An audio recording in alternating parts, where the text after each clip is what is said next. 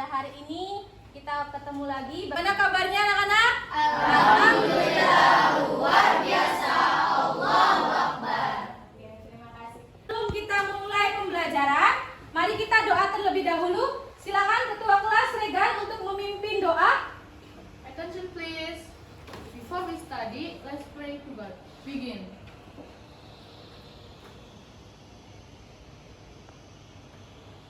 Finish. Greet to the teacher please. Assalamualaikum warahmatullahi wabarakatuh. Waalaikumsalam warahmatullahi wabarakatuh. Oke, silakan anak-anak dicek kondisi kelasnya, apakah ada sampah. Silakan di bawah meja kanan kirinya dicek lagi apakah ada sampah sebelum kita memulai pembelajaran.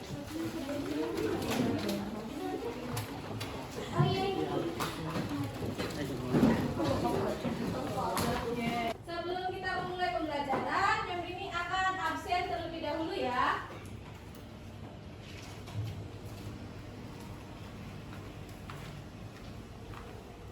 Nesha dan Nesha, Raffi, Fabian, Ayundia Cindy, kemudian Naura, Regan, Hendrik. Hari ini ada yang tidak masuk? Sakit ma'am. Lana sakit ya? Ya ma'am. Sakit apa Lana? Demam ma'am. Demam. Semoga Lana cepat sembuh ya. Amin. Kita doakan semoga Lana cepat sembuh. Oke, pada pertemuan kali ini kita akan mempelajari materi tentang sejarah Daulah Bani Umayyah. Nah, untuk pertemuan kali ini anak-anak semua akan diminta untuk membuat sebuah produk atau hasil karya yang nanti akan kalian presentasikan di depan kelas. Oke, siap untuk melaksanakan pembelajaran pada pertemuan kali ini? Siap. Pada pertemuan kali ini, Mem ini akan membacakan tujuan pembelajaran dan capaian pembelajaran. Kalian hanya akan mempelajari tentang kisah-kisah penting dari Bani Umayyah yang nantinya akan dibagi menjadi dua kisah. Yang pertama di semester 1 ini adalah sejarah Bani Umayyah di Damaskus. Nanti di semester 2 kalian akan mempelajari tentang sejarah Bani Umayyah di Andalusia.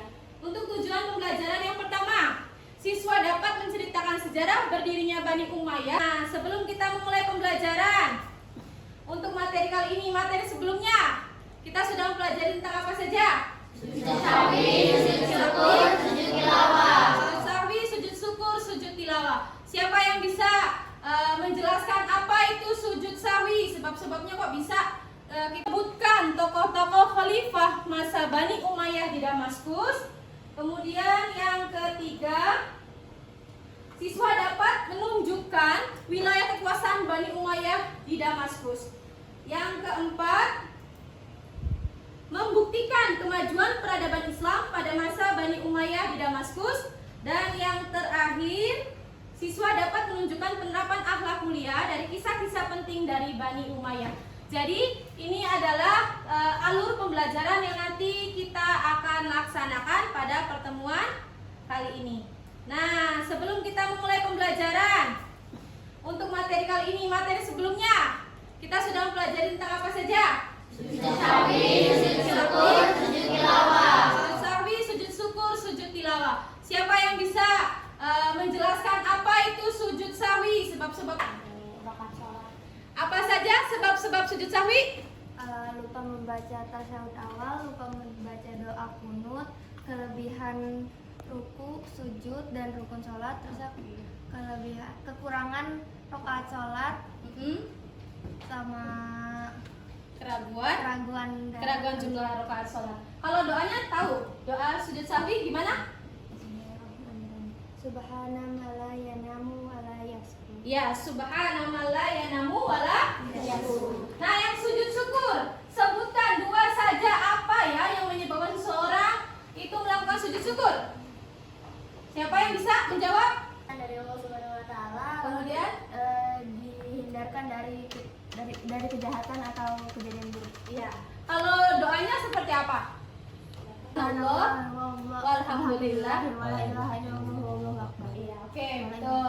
Kalau yang terakhir, sujud tilawah. Sujud tilawah, sebabnya apa sujud tilawah? Ada yang tahu? Ya, Raffi, apa sebabnya sujud tilawah?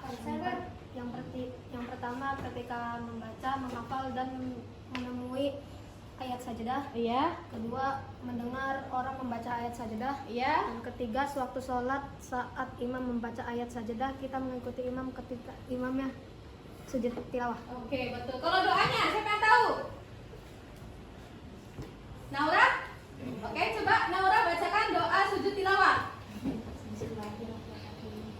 Sujud wajhiyalillahi khalaqahu wa sawwarahu wa syaqqa sam'ahu wa basarahu fatabarakallahu ahsanul khaliqin. Oke, tepuk tangan semuanya untuk teman-teman kita yang sudah bisa menghafalkan. Silakan kalian perhatikan video.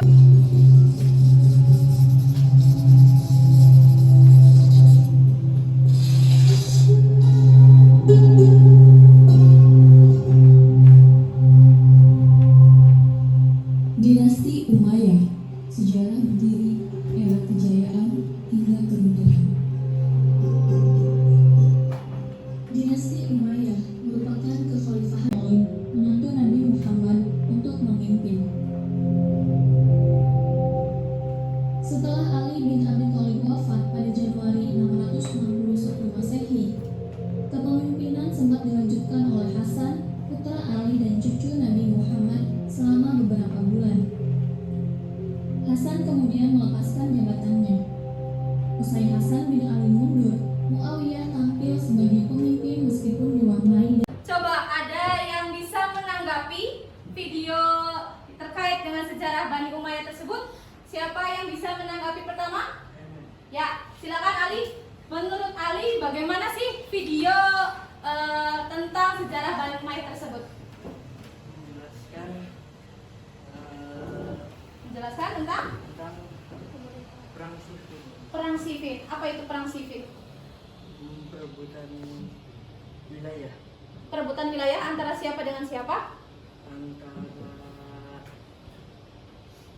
Ali dan Muawiyah. Iya, Muawiyah bin Abi Bin Abi Sufyan. Ya, terima kasih Ali. Silakan. Siapa lagi yang bisa menanggapi terkait dengan video yang sudah kita tonton tadi? Ya, silakan Raffi. Berdirinya dinasti Bani Umayyah terjadi karena adanya perang antara saudara muslim yaitu golongan Muawiyah dan golongan Ali bin Abi Thalib. Ya, betul. Terjadinya peperangan antara umat Islam yaitu golongan Khalifah Ali dan juga golongan Muawiyah bin Abi Thalib. Floris, apa tanggapan Floris terkait dengan video tadi? Abu Musa al-Ash'ari dipilih sebagai utusan perdamaian dari pihak Ali bin Abi Thalib.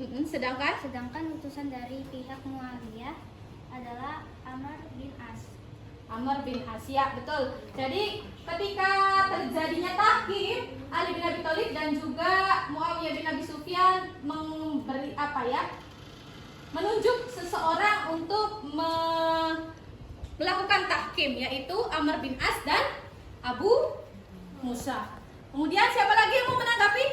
Ya, silakan. Kekhalifahan Bani Umayyah berdiri ketika Al-Hasan bin Ali cucu Nabi SAW menyerahkan kekuasaan kepada Muawiyah bin Abu Sufyan. Hal ini dilakukan Al-Hasan radhiyallahu anhu untuk menjaga persatuan dan darah umat Islam setelah sebelumnya terjadi perpecahan.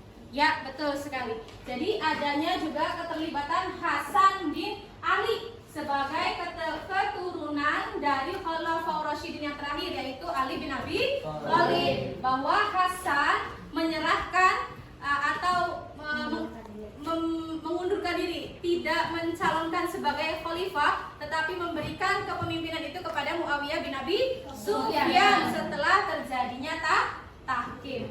Nah, jadi setelah kalian melihat video tadi, ya, Mem ini akan membentuk kelompok. Ini akan kalian presentasikan di depan. Kelompok yang pertama ada Akbar, Ali, Nesha, Nain, dan Zanita. Kelompok yang kedua ada Muhammad Rafi, Bilal, Fabian,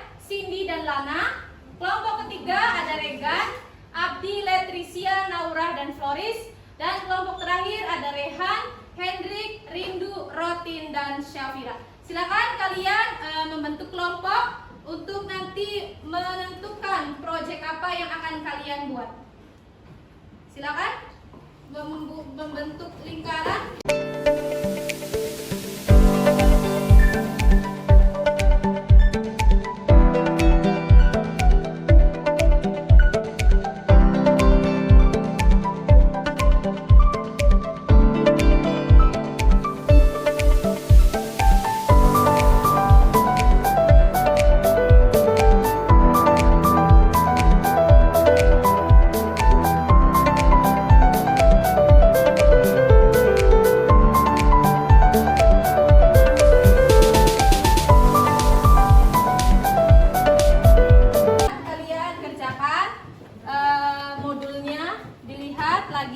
LKPD-nya dikerjakan sesuai dengan proyek yang akan kalian tentukan ya.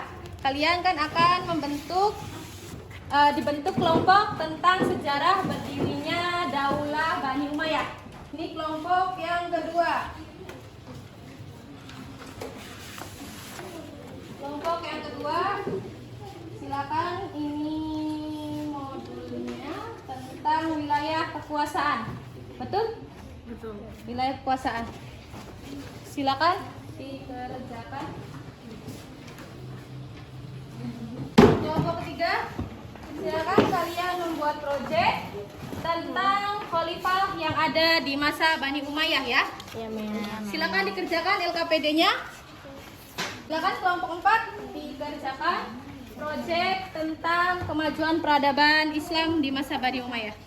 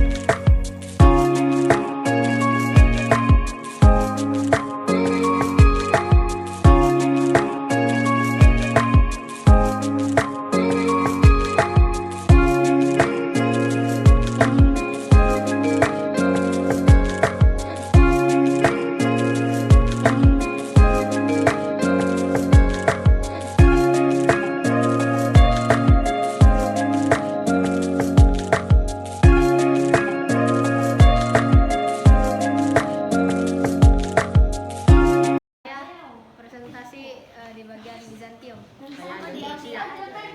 Saya mau ngikut aja netral. Apa Indonesia? Kamu apa? Sin. Siapa yang mau presentasi itu bagian pendiri Muawiyah? Aku aja deh. Aku aja deh. Berarti aku ini ya. Iya. Terus ini siapa lagi yang mau ini? Apa nih? Siapa nih? Aku kemajuan peradaban peradaban sama berakhirnya kekhalifahan. Saya berakhirnya kekhalifahan aja. Berarti kamu dua ya? Iya. Assalamualaikum warahmatullahi wabarakatuh. Waalaikumsalam warahmatullahi wabarakatuh. Kami dari kelompok 1 akan menjelaskan sejarah Bani Umayyah. Latar belakangnya adalah setelah terbunuhnya Khalifah Utsman bin Affan, Ali bin Abi Thalib pun diangkat sebagai penerusnya. Akan tetapi penerimaan dari seluruh umat muslim sungguhlah sulit untuk didapat. Meski Ali akhirnya berhasil memperoleh gelar khalifah yang telah didamba-dambakan semenjak awal kematian Muhammad, Muawiyah memang memerangi Ali bin Abi Thalib, tetapi dia mengingkari kepemimpinannya dan tidak bermaksud merebut untuk dirinya sendiri. Akan tetapi dia hanya merebutnya untuk dirinya sendiri. Dia hanya menuntut agar terlaksananya qisas bagi para pembunuh Utsman. Dengan asumsi dia benar, tetapi dia salah dalam hal ini. Menjabat sebagai gubernur Suriah pada masa pemerintahan Khalifah Umar bin Khattab dan Utsman bin Affan. Muawiyah yang telah berkuasa selama puluhan tahun sebagai gubernur Suriah menetapkan Damaskus sebagai pusat pemerintahan kekhalifahannya. Dalam menjalankan kekhalifahannya, Bani Umayyah menggantikan sistem pengangkatan khalifah yang sebelumnya menganut sistem pemilihan menjadi sistem dinasti atau turun-temurun. Tahkim Abu Musa al-Ash'ari kemudian bertemu pada bulan Ramadan. Setelah berunding, mereka sepakat untuk mencopot kedua pemimpin dari jabatannya masing-masing. Ali dicopot dari kedudukannya sebagai khalifah dan Muawiyah dari posisinya sebagai pemimpin. Abu Musa yang pada dasarnya mengakui bahwa Ali bin Abi Thalib berada di pihak yang setuju untuk mencopot Ali dari kekhalifahannya agar pertentangan kedua pihak berakhir dan umat Islam kembali bersatu. Pertempuran Siffin terjadi pada tahun 657 Masehi atau 37 Hijriah antara Ali bin Abi Thalib yang merupakan khalifah keempat dan dari Khulafaur Rasyidin melawan Muawiyah bin Abi Sufyan yang merupakan gubernur dari Suriah dan sepupu dari khalifah ketiga Utsman bin Affan. Pertempuran berhenti setelah orang-orang Suriah yang Ali kepada Muawiyah bin Abu Sufyan atau Muawiyah I. Sistem pemerintahan. Muawiyah I menerapkan untuk pemerintahan dinasti atau monarki di Pusat pemerintahan masa Bani Umayyah ke kota Damaskus. Penentuan Umar menjadi pemimpin di daerah Damaskus atau Syria hingga pusat pemerintah langsung beralih ke kota tersebut. Terima kasih. Waalaikumsalam warahmatullahi wabarakatuh. Ini akan mempresentasikan wilayah kekuasaan Bani Umayyah yang dimulai dari sini. Pertama, India. Pada awal pemerintahan Muawiyah diperluas hingga ke India. India memutuskan Muhammad bin Abu Sufyan. Yang kedua, yaitu ke Al-Aqsa dan Spanyol. Dan keberanian Panglima Perang Musa bin Nusair dapat membuka peluang untuk melakukan langkah memperluas lalu dengan mengirim Tariq bin Ziyad untuk merebut Andalusia. Pada tahun 311 Masehi, Tariq bin Ziyad berhasil menduduki sebuah selat antara Afrika dan Spanyol, yaitu selat Gibraltar yang diambil dari kata Jabal Tariq, selanjutnya Byzantium. Yazid bin Muawiyah memimpin perluasan ke wilayah barat daerah Bizantium. Perluasan mencapai pulau daerah. Barangkali ada yang mau bertanya atau apa? Pada masa siapakah masa kejayaan Bani Umayyah? Kelima khalifah yang sudah dijelaskan semua memiliki peranan dalam kejayaan di berbagai aspek. Ada yang mau bertanya lagi? Ada yang mau bertanya lagi? Pergantian khalifah dari Muawiyah ke Yazid anaknya. Pergantian khalifah dari Umayyah. Masyarakat untuk mengakui Yazid sebagai khalifah pengganti, sedangkan Hasan bin Ali merasa tidak terima dengan keputusan tersebut. Assalamualaikum warahmatullahi wabarakatuh. Waalaikumsalam warahmatullahi wabarakatuh.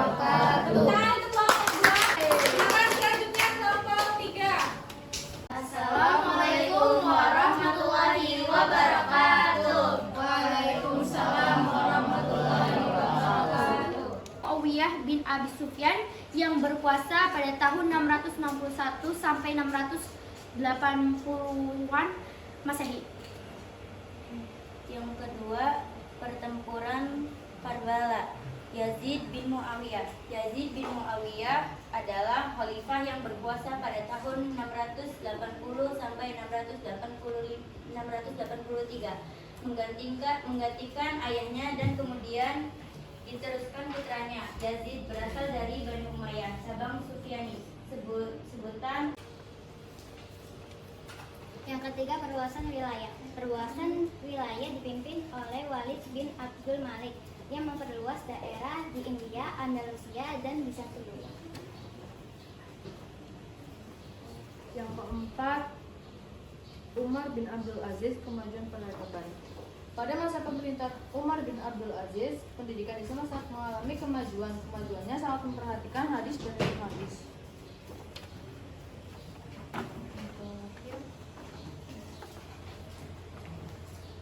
Khalifah terakhir yaitu Marwah bin Muhammad.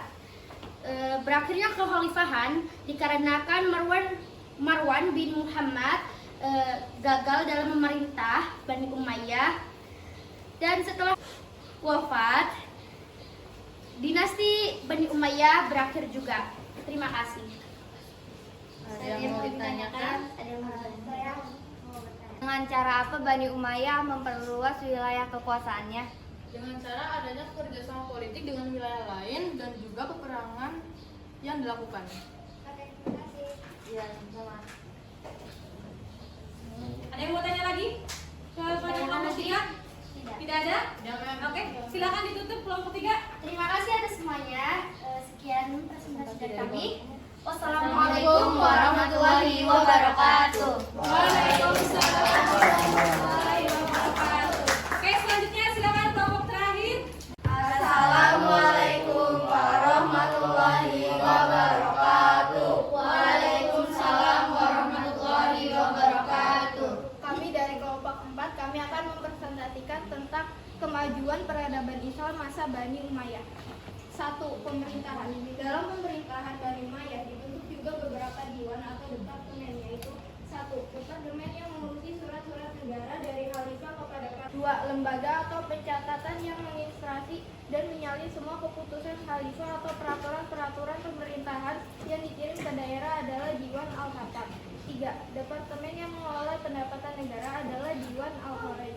4. Pelayanan pos atau pengiriman informasi berita dari pusat ke daerah atau sebaliknya dikelola oleh Diwan Al-Baris. 5. Lembaga atau departemen pertahanan yang bertugas mengorganisir militer adalah Diwan Al-Jun.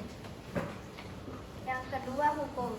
Al-Qada, Al-Hizbah, dan Al-Mazalim merupakan bagian dari pelaksanaan hukum.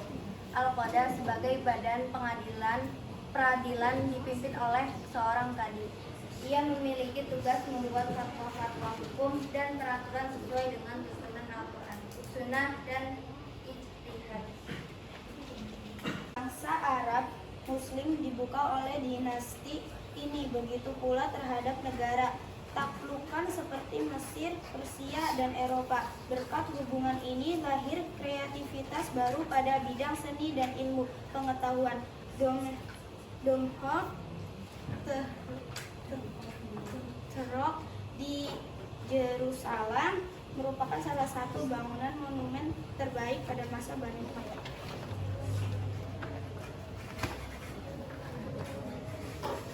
Keempat, ekonomi. Jalur perdagangan pada masa ini menjadi semakin lancar. Pelabuhan dagang yang ramai dan makmur diantaranya adalah Basra di Teluk Persia, begitu pula Aden. Pada masa Bani Umayyah dicetak mata uang khusus, juga mengembangkan beberapa jabatan sehingga memperbesar lapangan pekerjaan. Gaji tetap yang diperoleh berdampak pada kesejahteraan. Pengumpulan pajak ditetapkan oleh khalifah. Yang kelima, keagamaan.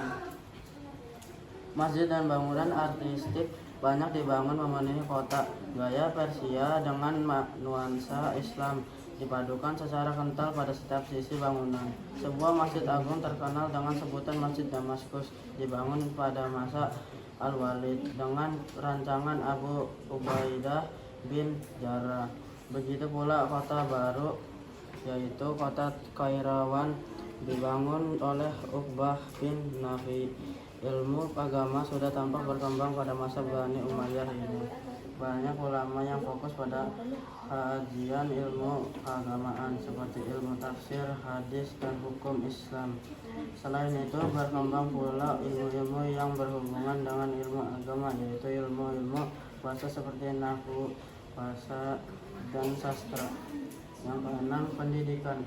Adapun beberapa sendikawan Muslim pada masa Bani Umayyah sebagai berikut. 1. Ilmuwan yang pertama kali penyair favorit pada masa Umar bin Abdul Al-Aziz adalah Jarir dan Al-Farazdi.